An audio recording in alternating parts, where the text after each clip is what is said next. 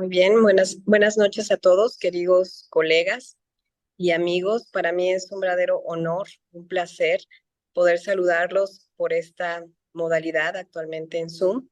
Y esta vez, pues, felicitar el trabajo, en primer lugar, de la doctora Claudia de Semica Medios en esta nueva modalidad de educación médica continua. A ustedes también quiero felicitarlos y agradecerles esta intervención que están teniendo en este Journal Club, que ahora esta modalidad de Zoom nos va a dar la oportunidad también de vernos y de hacer un poquito más de discusión con todos estos temas tan importantes que se están eh, revisando con todos ustedes. Realmente es un verdadero honor que estén todos aquí. He visto los nombres de muchos de ustedes, entonces sé que son personas de muy alto nivel académico y es un verdadero placer poder escucharlos también por esta vía.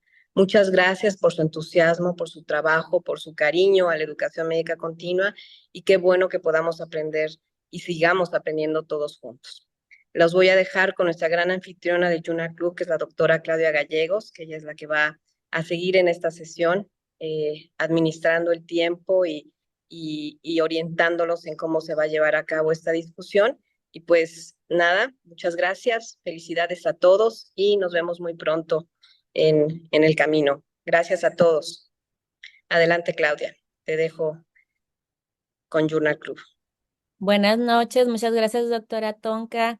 Bienvenidos sean todos ustedes a esta primera edición ya en esta plataforma de Zoom de Semica Journal Club. Ustedes saben que esta iniciativa es de Semica Medios y este espacio, gracias a Semica por darnos este espacio para la expresión de todos ustedes, en donde los invitamos cordialmente a inscribirse a este club y ustedes van a poder presentar artículos ya sea en un video corto, si así lo prefieren, con descargar el link, ¿verdad?, de todo el artículo o la presentación como el día de hoy, que es presentar el artículo completo por medio de esta plataforma de Zoom. También los invitamos a que nos puedan presentar y den a conocer algún avance de algún estudio en investigación que estén participando, cómo van esos resultados. Este espacio es para ustedes, es para que den a conocer lo que están haciendo en cada uno de sus centros, de su medicina privada o su centro formador.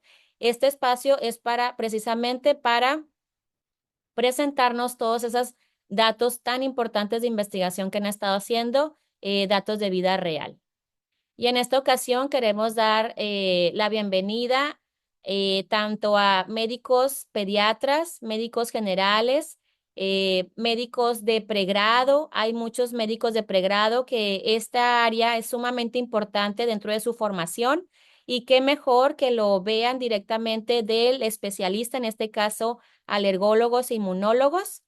Muchas gracias. Vamos a dar la bienvenida al doctor Gabriel Emanuel Arce Estrada. Él es miembro de Semica Journal Club y nos va a presentar un artículo muy interesante acerca de aquellas manifestaciones no infecciosas en los errores innatos de la inmunidad. Al final de la presentación, vamos a abrir los micrófonos en donde cada uno va a poder dar su punto de vista o nos puede dar algún comentario de lo que han experimentado en su práctica clínica acerca de este tema. Con mucho gusto. Permítanme compartir la pantalla al doctor Gabriel Emanuel Arce Estrada. Agradezco a los organizadores por la invitación para comentar este artículo. Es un artículo de revisión que se titula Actualizaciones clínicas de los errores innatos de la inmunidad, un enfoque de las manifestaciones clínicas no infecciosas. Esta publicación fue hecha por la doctora Campbell y colaboradores en abril del 2024 en Estados Unidos en esta revista. Mi nombre es Emanuel Arce, yo soy alergólogo, inmunólogo clínico pediatra y estoy en la Torre de Especialidades San Angelín, Acora del Valle, en el Hospital Pediátrico de Coyoacán, y estoy por graduarme de una maestría en ciencias en el Instituto Nacional de Pediatría que está con la UNAM. Comenzando con este artículo.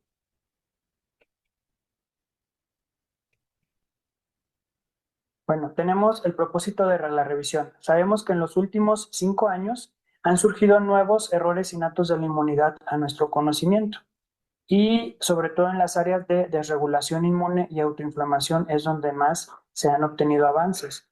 Por lo tanto, las manifestaciones clínicas de los errores innatos de la inmunidad se han expandido y entre ellas las manifestaciones no infecciosas. Los hallazgos recientes nos dicen que los errores innatos de la inmunidad se pueden presentar con inicio temprano y con múltiples manifestaciones autoinmunes, riesgo incrementado de cáncer, linfoproliferación, enfermedades atópicas graves, autoinflamación y o hiperinflamación. Se ha hecho una clasificación fenotípica por la Unión de Sociedades Inmunológicas Internacional y sabemos que tanto los pediatras como los subespecialistas pediátricos deben de conocer estas características clínicas que son comunes y que pueden estar asociadas a estos errores innatos de la inmunidad para reconocer cuándo referir a un alergólogo e inmunólogo para una evaluación más exhaustiva. Por lo tanto, un tratamiento temprano puede ser iniciado desde un diagnóstico temprano para mejorar los desenlaces clínicos. Los errores innatos de la inmunidad son un grupo de trastornos congénitos poco frecuentes que van a resultar de la ausencia o de la reducción y o de la alteración en la función del sistema inmune. Los pacientes pueden presentar infecciones recurrentes graves que pueden incluirse como infecciones graves, autoinmunidad, linfoproliferación, riesgo incrementado de cáncer, autoinflamación, alergias graves y o hiperinflamación, que lo comentamos en la diapositiva anterior. Los pediatras y los subespecialistas deberían conocer las características claves de los errores innatos de la inmunidad y cuándo derivar a estos pacientes para una evaluación más exhaustiva. Tenemos como inicio dos casos clínicos que posteriormente, o sea, al final de la presentación, veremos el desenlace de estos casos. A manera de introducción del primer caso, bueno, vemos que es un preescolar femenino de 4 años que tiene historia de 2 semanas de dolor abdominal y de fiebres recurrentes, pérdida de peso, diarrea y rectorragia. También había tenido en el pasado otitis media de repetición que ameritó 2 sets de tubos de timpanostomía y fue tratada con gamaglobulina por una trombocitopenia inmune a la edad de 2 años. El examen físico, la exploración física, se le encontró esplenomegalia y palidez.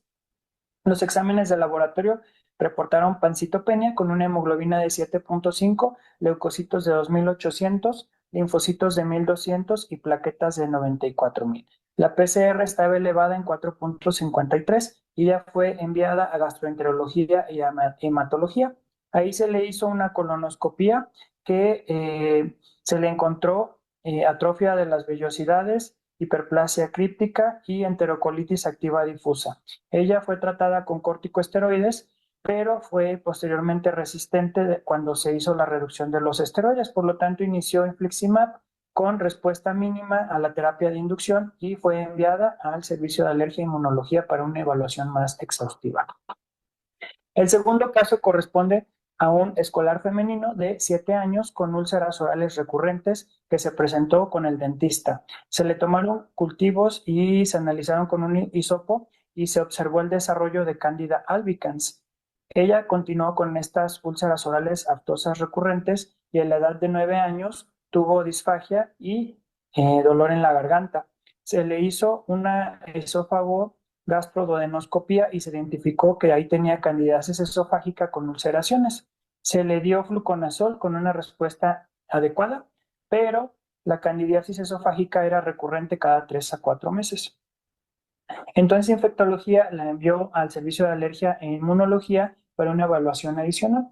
Dentro de sus antecedentes médicos, se sabía que tenía una candidiasis desde la infancia, también tenía otitis crónica que había requerido timpanostomía, infecciones recurrentes virales que eran prolongadas del tracto respiratorio superior, también tenía tiroiditis de Hashimoto que se le diagnosticó a los 4 años y una historia de 2 años de verrugas difusas en ambas piernas. A manera de introducción del artículo, sabemos que los errores innatos de la inmunidad, que se abrevia EII, son un grupo heterogéneo de enfermedades congénitas causadas por mutaciones genéticas que pueden conducir a disrupción del desarrollo del sistema inmune. Anteriormente, estos errores innatos de la inmunidad eran llamados inmunodeficiencias primarias. Sin embargo, en la última década se han descrito cada vez más casos con desregulación inmune que pueden o no pueden tener inmunodeficiencia. En conjunto, la prevalencia estimada de estos errores innatos de la inmunidad es de 1 por cada 1,200 personas. Sabemos que históricamente conocemos los signos de alarma de los errores innatos de la inmunidad, que antes eran inmunodeficiencias primarias y se caracterizaban por infecciones recurrentes, las cuales podían ser graves con necesidad de hospitalización y administración de antibióticos intravenosos. Pero en la última década sabemos que las manifestaciones no infecciosas han surgido y de hecho la presentación inicial es más o menos en un 9 a 10% de los casos. Dentro de estas manifestaciones no infecciosas conocemos la linfoproliferación, la enfermedad inflamatoria intestinal, la autoinmunidad, el cáncer y la hiperinflamación. La mayoría de los errores innatos de la inmunidad, como ya comentábamos, son causados por mutaciones monogénicas, es decir, de un solo gen a nivel de línea germinal.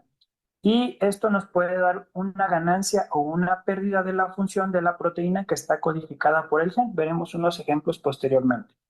Hasta la fecha hay más de 485 defectos genéticos que son los errores innatos de la inmunidad definidos. La Unión de Sociedades Inmunológicas ha creado la clasificación basada en las características fenotípicas. Aquí tenemos 10 grupos y esto nos permite categorizar a estas enfermedades porque estas categorías van a ser útiles para limitar la búsqueda diagnóstica con base en los hallazgos clínicos y de laboratorio. El primer grupo de estas enfermedades van a ser las inmunodeficiencias que afectan a la inmunidad humoral y a la inmunidad celular. Aquí tenemos algunos ejemplos que se caracterizan por infecciones graves y de inicio temprano. Las inmunodeficiencias combinadas con características sindrómicas pueden ser estos ejemplos en donde vamos a tener dismorfias, enfermedad inflamatoria intestinal de inicio temprano, dermatitis eczematosas y autoinmunidad.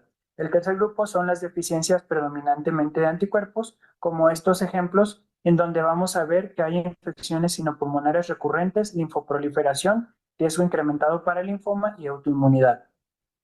El siguiente grupo es las enfermedades con disregulación del sistema inmune. Algunos ejemplos son estos y podemos encontrar como manifestaciones principales inicio temprano de enfermedad inflamatoria intestinal, linfoproliferación, autoinmunidad o riesgo incrementado de linfoma.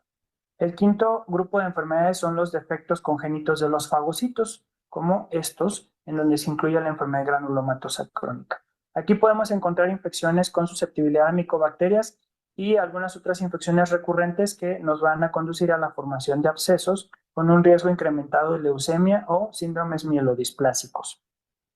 Continuando con estos grupos, encontramos a los defectos en la inmunidad intrínseca e innata con estas enfermedades, que pueden ser los ejemplos, donde se caracterizan por infecciones micobacterianas, también infecciones virales o fúngicas recurrentes, incluyendo la candidiasis mucocutánea crónica.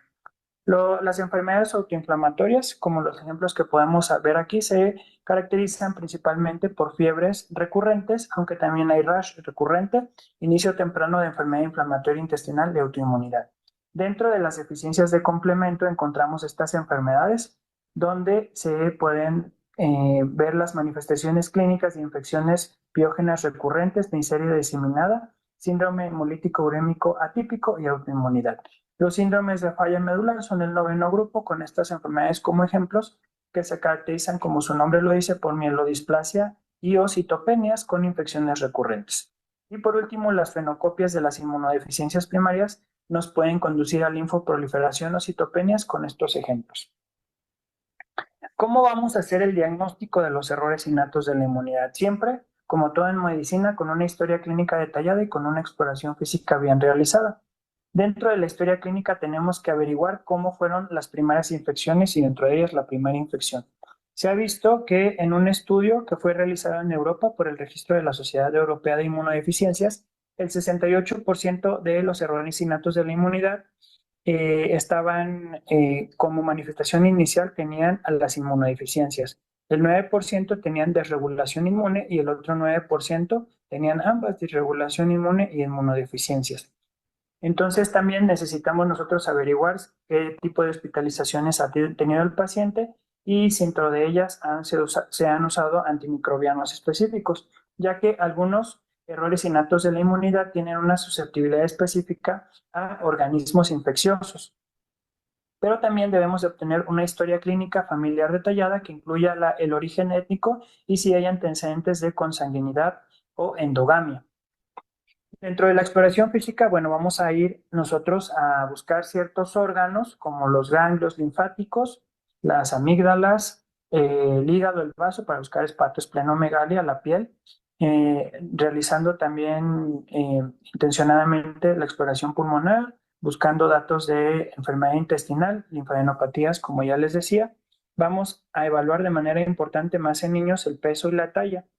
Y algunos pacientes con estos errores innatos de la inmunidad, especialmente aquellos con endocrinopatías o enteropatías, pueden tener alteraciones del crecimiento. Una evaluación cuidadosa de los ganglios linfáticos y considerando si hay hepatoesplenomegalia nos puede dar idea de un error innato de la inmunidad. Y sabemos que se han asociado diversas manifestaciones cutáneas de estos errores innatos de la inmunidad, entre ellas la dermatitis atópica, abscesos, granulomas, acné, infecciones virales cutáneas también como verrugas y distrofia ungueal. Tenemos un algoritmo que nos pone el artículo para diagnosticar los errores innatos de la inmunidad, iniciando, como en la diapositiva anterior se mencionó, con la historia clínica y el examen físico. Cuando nosotros sospechamos un error innato de la inmunidad, hay que verificar si hay antecedentes infecciosos, ya que un porcentaje muy alto de ellos los van a tener, y en algunos países de primer mundo, ellos tienen el tamizaje neonatal y hay que revisarlo. Podemos pedir una biometría hemática y unas inmunoglobulinas que dicen que no se les niega a nadie, incluyendo la IG, hacer un frotis de sangre periférica y un perfil metabólico completo, considerando las pruebas de función hepática y de función renal. Con estas infecciones recurrentes vamos a sospechar de dos tipos grandes de errores innatos de la inmunidad, aquellos que cursan con inmunodeficiencia o aquellos que cursan predominantemente con desregulación inmune o autoinflamación. Si nuestra sospecha se orienta más a la inmunodeficiencia, pues hay que tomar unas subpoblaciones de linfocitos y continuando con el abordaje ver la actividad del complemento, buscando también VIH, ya sea por anticuerpos o por reacción en cadena de la polimerasa según la edad. Estudios de linfoproliferación y podemos hacer una citometría de flujo específica para la enfermedad según corresponda. Y si sospechamos más de alguna enfermedad que curse predominantemente con disregulación inmune o autoinflamación, podemos pedir estos parámetros inflamatorios que son la PCR, la BCG, la ferritina y durante un brote de síntomas podemos repetir la biometría hemática y hacer la cuenta diferencial, también tomar PCR, BCG y ferritina. Si no tenemos el defecto identificado o la enfermedad identificada, pero la sospecha clínica sigue siendo alta, hay que hacer las pruebas genéticas. Veamos ahora algunos ejemplos de errores innatos de la inmunidad recientemente descritos con manifestaciones no infecciosas. Iniciamos con el síndrome, con este cuadro, en donde vemos algunos ejemplos. Vamos a ver la ploinsuficiencia de A20, esto ya posteriormente junto con el síndrome de P110 delta activado, estos los vamos a ver posteriormente, no los mencionaré en este cuadro, pero sí vamos a ver el síndrome de Joff, que es el síndrome de hiper-IgE con alteraciones en el gen STAT3, en donde vamos a encontrar de manera característica la IgE elevada y eosinofilia periférica. Las manifestaciones clínicas comunes en estos pacientes van a ser infecciones bacterianas recurrentes, principalmente abscesos, como ocurrió con Joff, de la Biblia, debido a Staphylococcus aureus. También puedes tener aspergilosis pulmonar, dermatitis atópica y alteraciones esqueléticas como retención primaria de dientes, escoliosis o aneurismas cerebrales. Esta enfermedad la veremos posteriormente, me la voy a saltar. El síndrome linfoproliferativo autoinmune por alteraciones en estos genes de las caspasas y otros van a tener como característica principal incremento de los linfocitos T dobles negativos, es decir, tienen negativo esta molécula expresada en la membrana y esta también, el CD4 y el CD8. Y estos pacientes van a cursar, como su nombre lo dice, con linfadenopatías, esplenomegalia, citopenias autoinmunes y riesgo de linfoma. La enfermedad granulomatosa crónica por cualquiera de estos genes alterados con estos tipos de herencia van a tener alteraciones en el examen de dihidrorodamina y esta enfermedad se caracteriza por neumonías recurrentes, abscesos también recurrentes, infecciones fúngicas y enfermedad inflamatoria intestinal. El síndrome de Copa va a tener los anticuerpos ANAS positivos con incremento de los linfocitos TH17. Y vamos a ver como manifestaciones hemorragia alveolar difusa, enfermedad intersticial pulmonar, artritis y enfermedad renal. Esta haploinsuficiencia de CTLA4 la veremos posteriormente y vamos a adentrarnos un poco más en la haploinsuficiencia de FOXN1, en donde encontraremos linfopenia de linfocitos T y por lo tanto infecciones respiratorias recurrentes, dermatitis atópica y distrofia ungueada. La haploinsuficiencia de GATA2 por mutaciones en este gen o variantes patogénicas en el gen GATA2 se caracteriza por no tener o tener muy poquitos monocitos con niveles ausentes o disminuidos de los linfocitos NK que conducen a citopenias autoinmunes, infecciones virales diseminadas, por ejemplo verrugas y micobacterias. El síndrome de IPEX por alteraciones en el gen FOXP3 se caracteriza por tener eosinofilia, niveles elevados de IgE, trombocitopenia y neutropenia, que conducen a presentar una diarrea acuosa de inicio temprano, autoinmunidad, principalmente tiroiditis y diabetes tipo 1 y dermatitis atópica. La deficiencia del RBA y estas tres alteraciones en STAT las veremos más adelante y nos vamos a adentrar en la deficiencia de NEMO por alteraciones en el gen IKBKG con dentro de los estudios de laboratorio vamos a ver niveles disminuidos de inmunoglobulinas, linfocitos B de memoria disminuidos y linfocitos T activados que van a estar con esta activación pues dañada.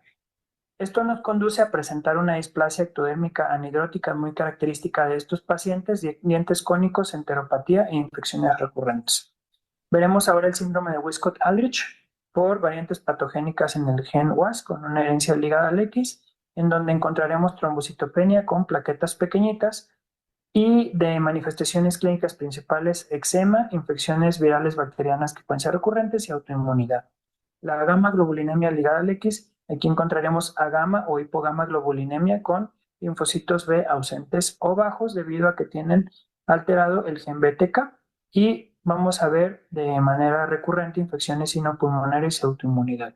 Por último, terminando este cuadro, vemos el síndrome de George, que también es conocido como el síndrome de lesión 22q11.2, en donde hay linfopenia de linfocitos T, porque el timo no va a estar bien desarrollado cuando este síndrome es completo, y encontramos ahí cerquita defectos cardíacos, paladar hendido, hipocalcemia, retraso del desarrollo y autoinmunidad.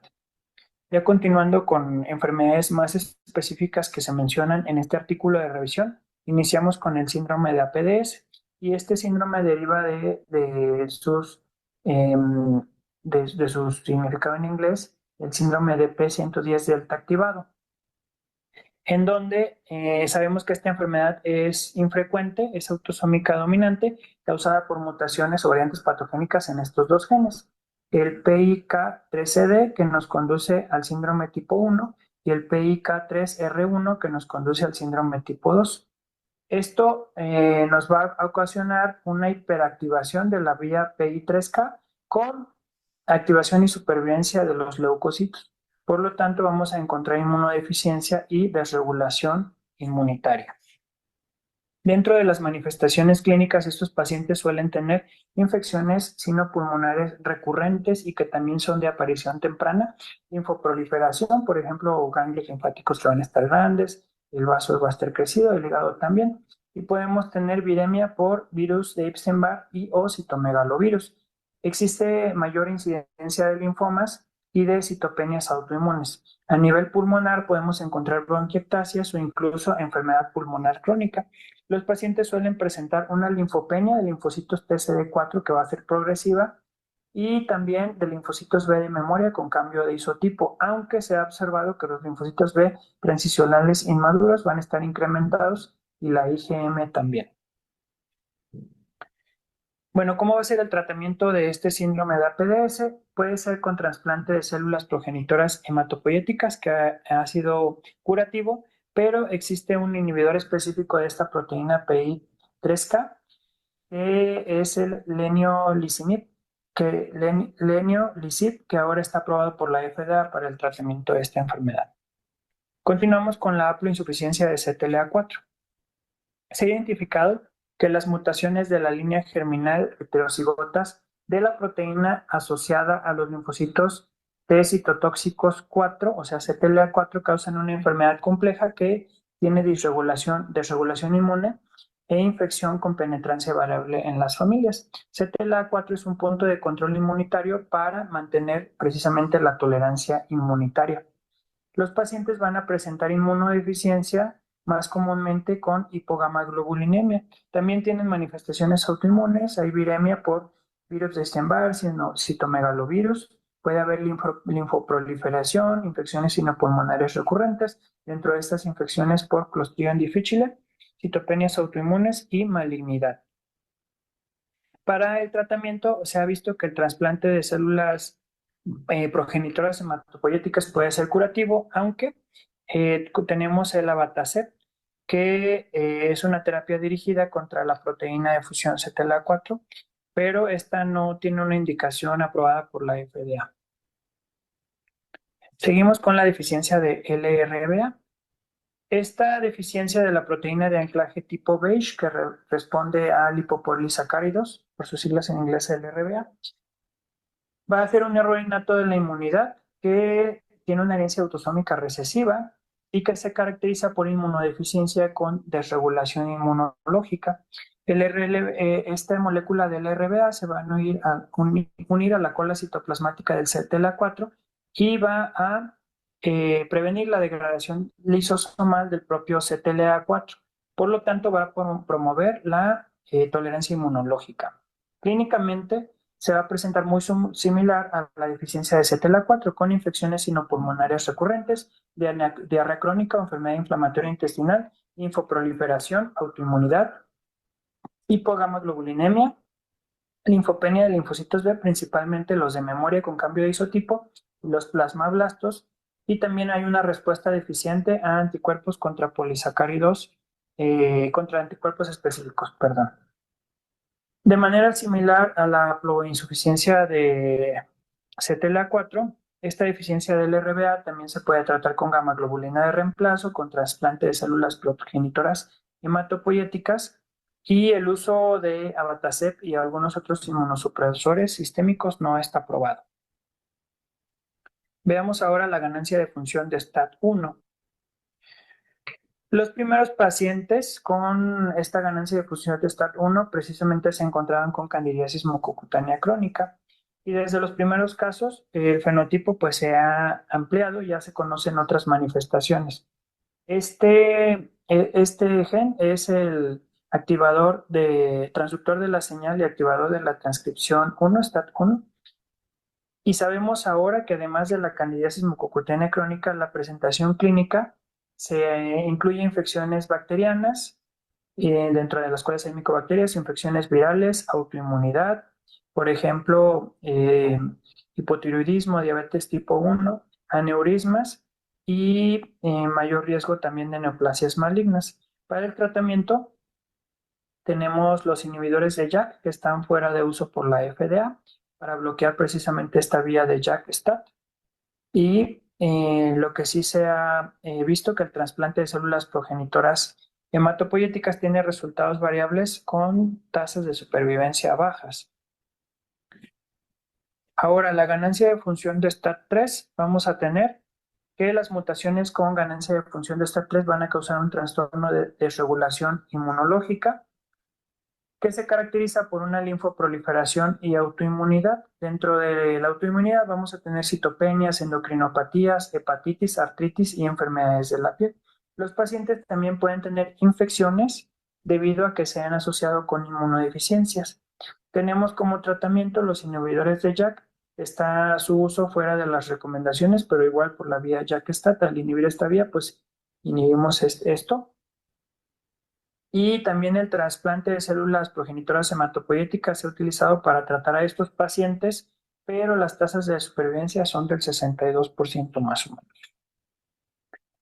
Ahora ya no es la ganancia, sino la pérdida de función de STAT5B. Los pacientes con variantes patogénicas que conducen a pérdida de función de este gen van a presentar eczema grave, defectos en el crecimiento, autoinmunidad y enfermedad pulmonar crónica. Dentro de esta última tenemos neumonitis intersticial linfocítica, fibrosis pulmonar progresiva e insuficiencia respiratoria. Y hay susceptibilidad a virus con predominio de susceptibilidad a varicela y a herpes. La deficiencia de ADA2. La deficiencia de la adenosina desaminasa 2 es una enfermedad autoinflamatoria. Y aquí vamos a tener fiebre de inicio temprano, vasculitis, accidentes cerebrovasculares que también van a ser de inicio temprano, pero van a ser recurrentes. Hay decoloración de la piel, erupciones cutáneas, insuficiencia medular, infecciones enopulmonares recurrentes, infecciones por virus del herpes, autoinmunidad, linfoproliferación, hipogamaglobulinemia y también niveles bajos de los linfocitos B de memoria y de células plasmáticas.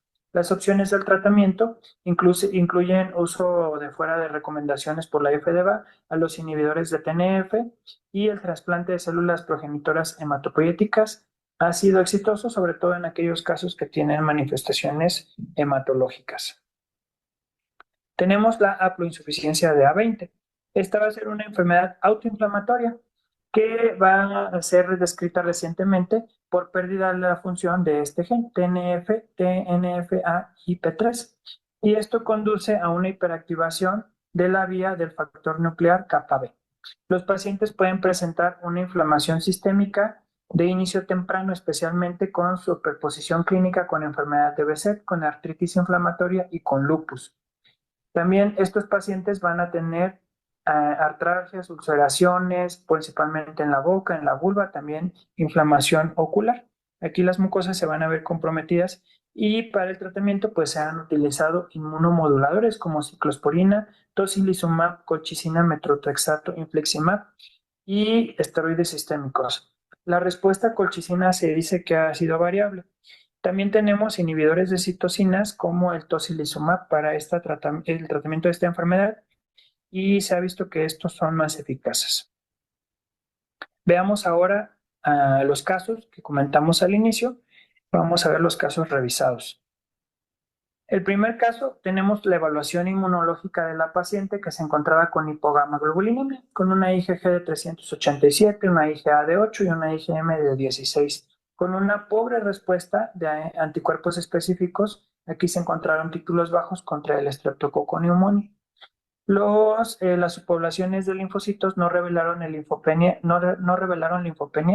de linfocitos B, T o NK, pero sí de linfocitos T reguladores y de linfocitos B con cambio de isotipo de memoria. Se le hizo a esta paciente un panel genético para errores innatos de la inmunidad y se encontró una mutación bialélica en el gen LRBA. Se le inició tratamiento con abatacept para la diarrea y con inmunoglobulina, con gammaglobulina para las infecciones recurrentes. Dada su edad, que era muy chiquita y que tuvo una enfermedad diarreica como refractaria, la paciente se tipificó por HLA para hacerle un trasplante de células progenitoras hematopoyéticas. Y en el segundo caso tenemos que la evaluación del sistema inmune de la paciente fue normal. Tenía tanto los conteos como la función de los linfocitos y las inmunoglobulinas normales, con la respuesta específica de los anticuerpos también normal. Sin embargo, ya tenía una candidiasis mucocutánea crónica con un inicio temprano de autoinmunidad y fue obligado a hacerle un panel genético de errores innatos de la inmunidad en donde se encontró una ganancia de función de STAT1 y esta paciente inició tratamiento con fluconazol profiláctico y no ha tenido nuevas infecciones fúngicas. También inició el inhibidor de JAK, ruxolitinib, para controlar la disregulación inmune y ella pues ahorita no ha desarrollado algunas manifestaciones autoinmunes. Como conclusión, tenemos que la presentación clínica de los errores innatos de la inmunidad es amplia.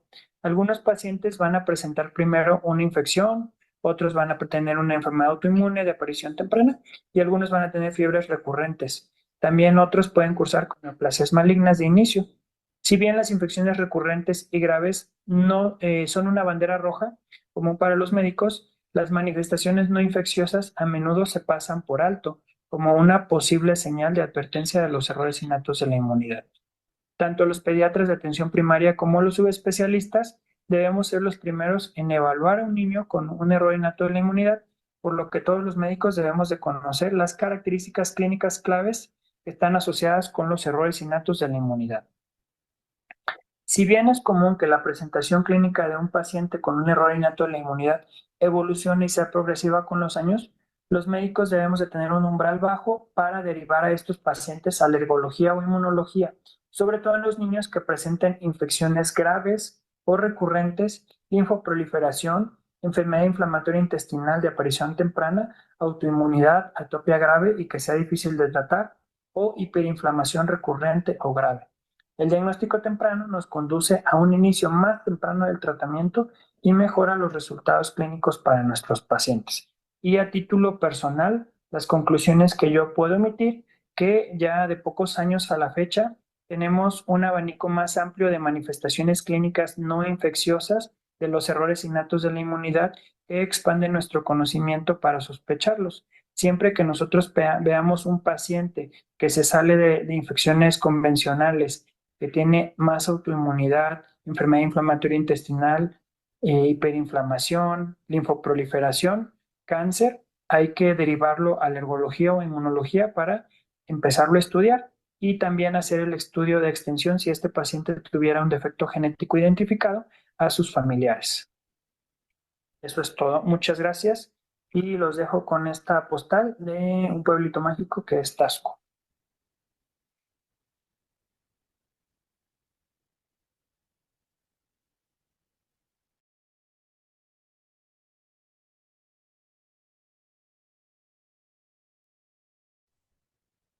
Bueno, agradecemos al doctor Emanuel Arce por esta excelente presentación, muy completa, muy práctica, que nos va a ayudar mucho para, sobre todo, pues al médico de primer contacto y también a los estudiantes de pregrado, al pediatra, al alergólogo también, a pensar en los errores innatos de la inmunidad en aquellos pacientes que presentan esta amplia variación en las características, no solamente infecciosas, sino también autoinmunidad, linfoproliferación, autoinflamación, presentaciones graves de eczema, alteraciones, ¿verdad?, en las diferentes líneas celulares.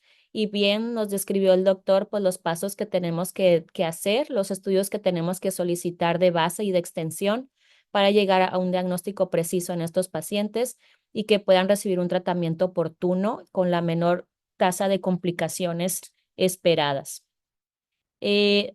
Tenemos 15 minutos para la discusión, o si alguien desea participar dando algún comentario, si nos quiere contar alguna experiencia con algún paciente. Tenemos 15 minutos para hacer estos comentarios. Ahí les voy a pedir que abran sus cámaras para poder conocernos todos. Y también al final vamos a tomar una foto de grupo. A todas aquellas personas que todavía no se han inscrito al Journal Club, los invitamos a inscribirse. Si tienen algún tema en interés, apasionados en algún tema, este espacio es para ustedes, para que así lo puedan presentar. Y todos estos temas van a ser grabados para al final tener una memoria, una compilación de todos los artículos en extenso y todas las grabaciones, tanto videos cortos y estas presentaciones en Zoom van a quedar grabadas. Las vamos a dar en una memoria el día del Congreso en Veracruz 2025, junio 2025. A todos los miembros del Journal Club van a recibir una memoria con todos los artículos y todos los videos de las presentaciones. Bueno, el doctor Giovanni Sorcia, si gusta hacer su comentario. Hola, buenas noches, ¿cómo están todos?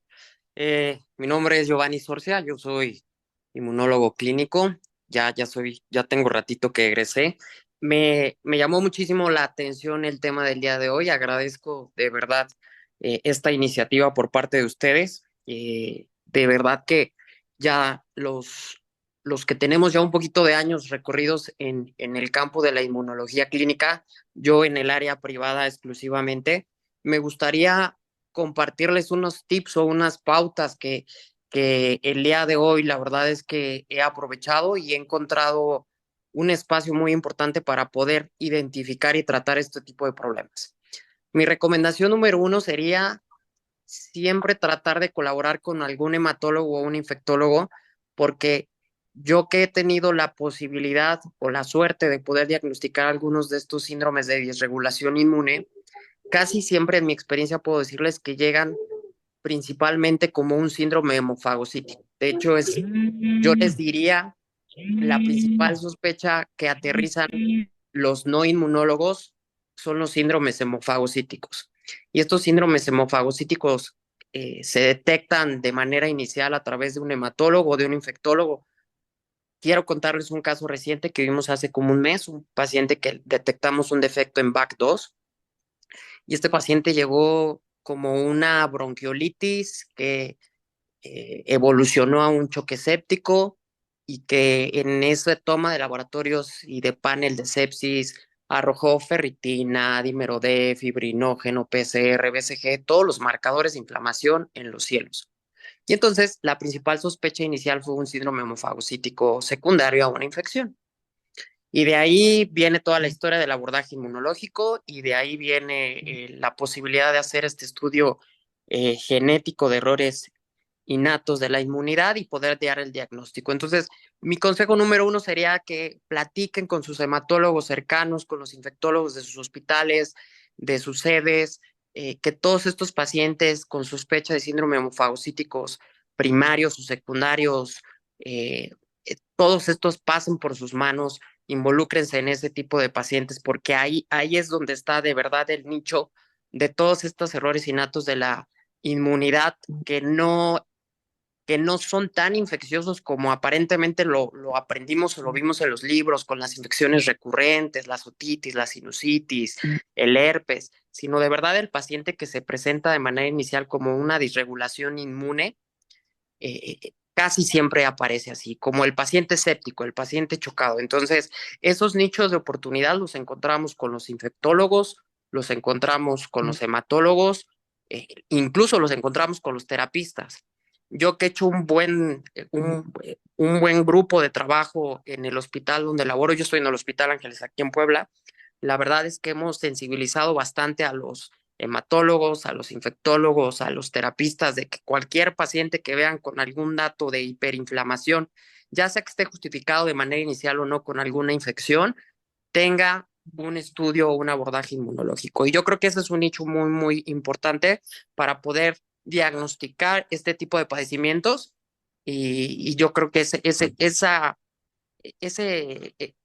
digamos que esta invitación y ver ese tema y ver este artículo que se iba a revisar, híjole, me prendió muchísimo por el caso que recientemente vi y el compartirles a todos ustedes estas herramientas que pudieran ayudarles a ustedes para poder diagnosticar, poder acercarse a este tipo de pacientes que a veces los vemos muy lejanos, pero que en realidad pudieran estar más cerca de lo que pensamos. Claro que sí, concuerdo con el doctor Giovanni y pues a veces en el medio privado no siempre hacemos como que equipo, ¿verdad? Con las otras especialidades o también muchas veces no queremos salir de nuestra área de confort, pero si salimos de esta área de confort y empezamos a indagar, a buscar, a solicitar los estudios, bueno, pues vamos a crecer, vamos a aprender y vamos a crecer. Entonces, pues siempre tener bien en cuenta pues los comentarios que nos está haciendo y todos los datos, los tips que nos presentaron en el artículo. La verdad que un artículo muy interesante. Muchas Agra- gracias, doctor.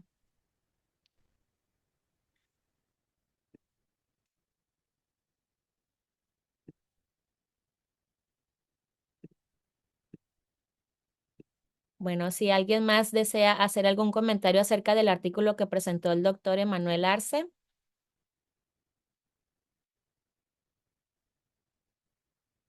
Menciona aquí el doctor Freddy que si habitualmente en dónde se realizan y qué costo tiene los estudios genéticos de errores innatos de la inmunidad. Y manda muchos saludos a todos desde Oaxaca.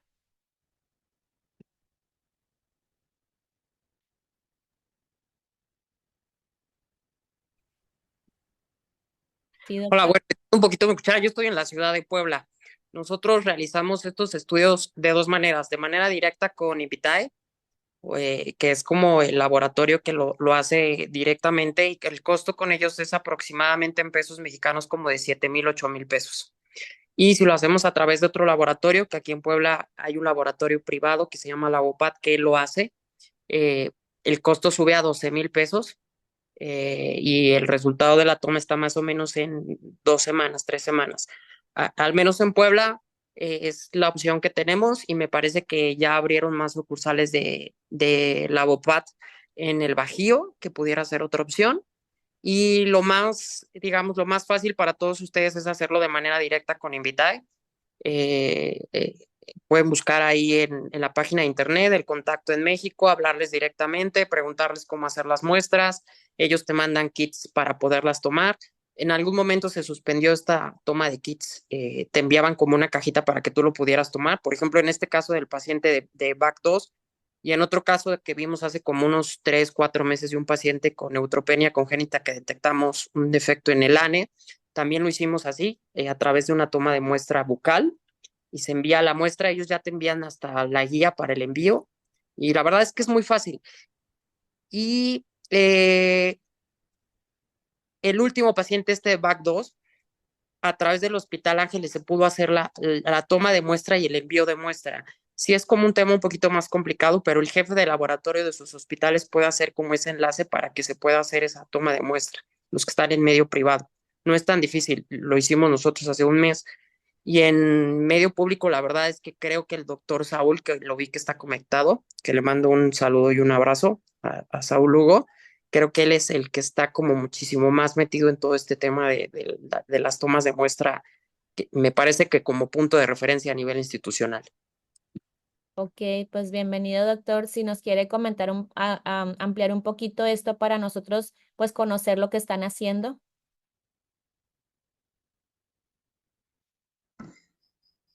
Hola, buenas noches. Este, sí, tiene varios años que enviamos nosotros a Estados Unidos, a Somagen, eh, DNA para secuenciar todo el exoma y, y se puede conseguir hasta en $200 mientras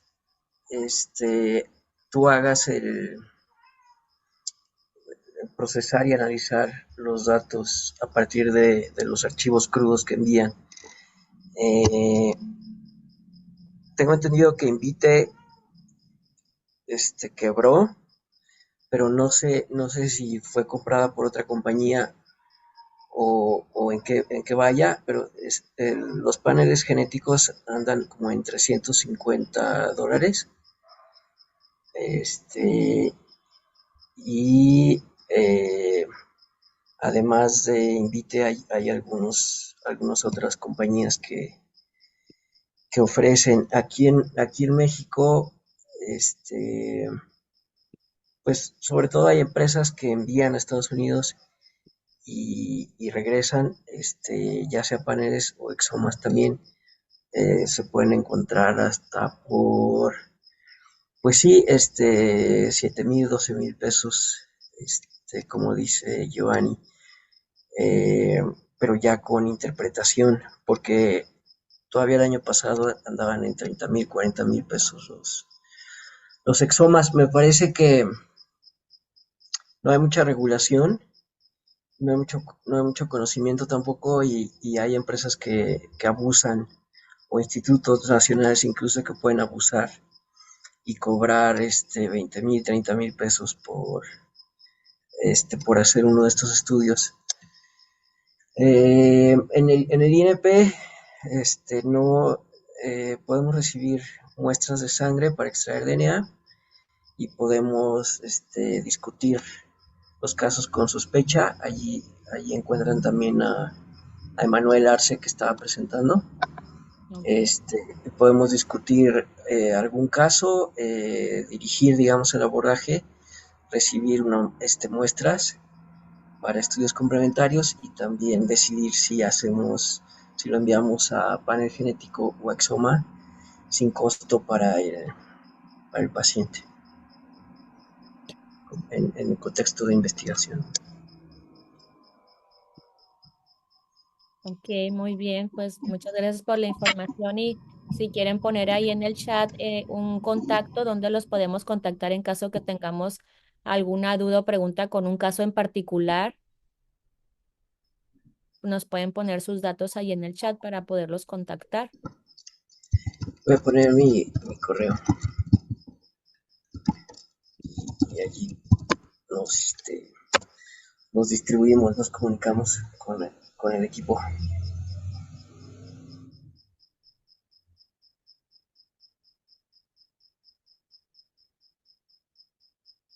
Bueno, y comentándoles que el de los próximos webinars en el próximo mes de noviembre, pues vamos a estar hablando del uso de la gamma globulina en los errores innatos de la inmunidad. Ambos colegios, tanto el Colegio de Alergia Pediátrica y nuestro colegio, SEMICA, vamos a estar abordando temas de esta índole con el uso de tratamiento con gamma globulina para los errores innatos de la inmunidad, como una actualización de ambos colegios en el mes de octubre y noviembre, para que sigamos en el mismo tenor de los errores innatos de la inmunidad estos meses. Bueno, muy bien, pues hasta ahorita somos 36, 37 asistentes. Es la primera edición en Zoom de presentación de Semica Journal Club con un artículo completo, súper bien expuesto por el doctor Emanuel Arce. Muchas gracias por la participación y por estar todos interesados en este tema. Y los invitamos a unirse a Semica Journal Club, ser parte de este club y se va a estar presentando cada miércoles en las redes de Semica. Vamos a estar subiendo videos cortos, pero con el link completo del artículo.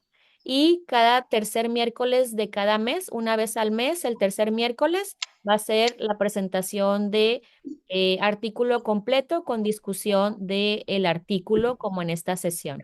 Esperemos que conforme avance la dinámica de este Semica Journal Club con Zoom, podamos tener más asistentes y agradecemos mucho la presencia de todos ustedes y el interés por estar con nosotros en esta noche.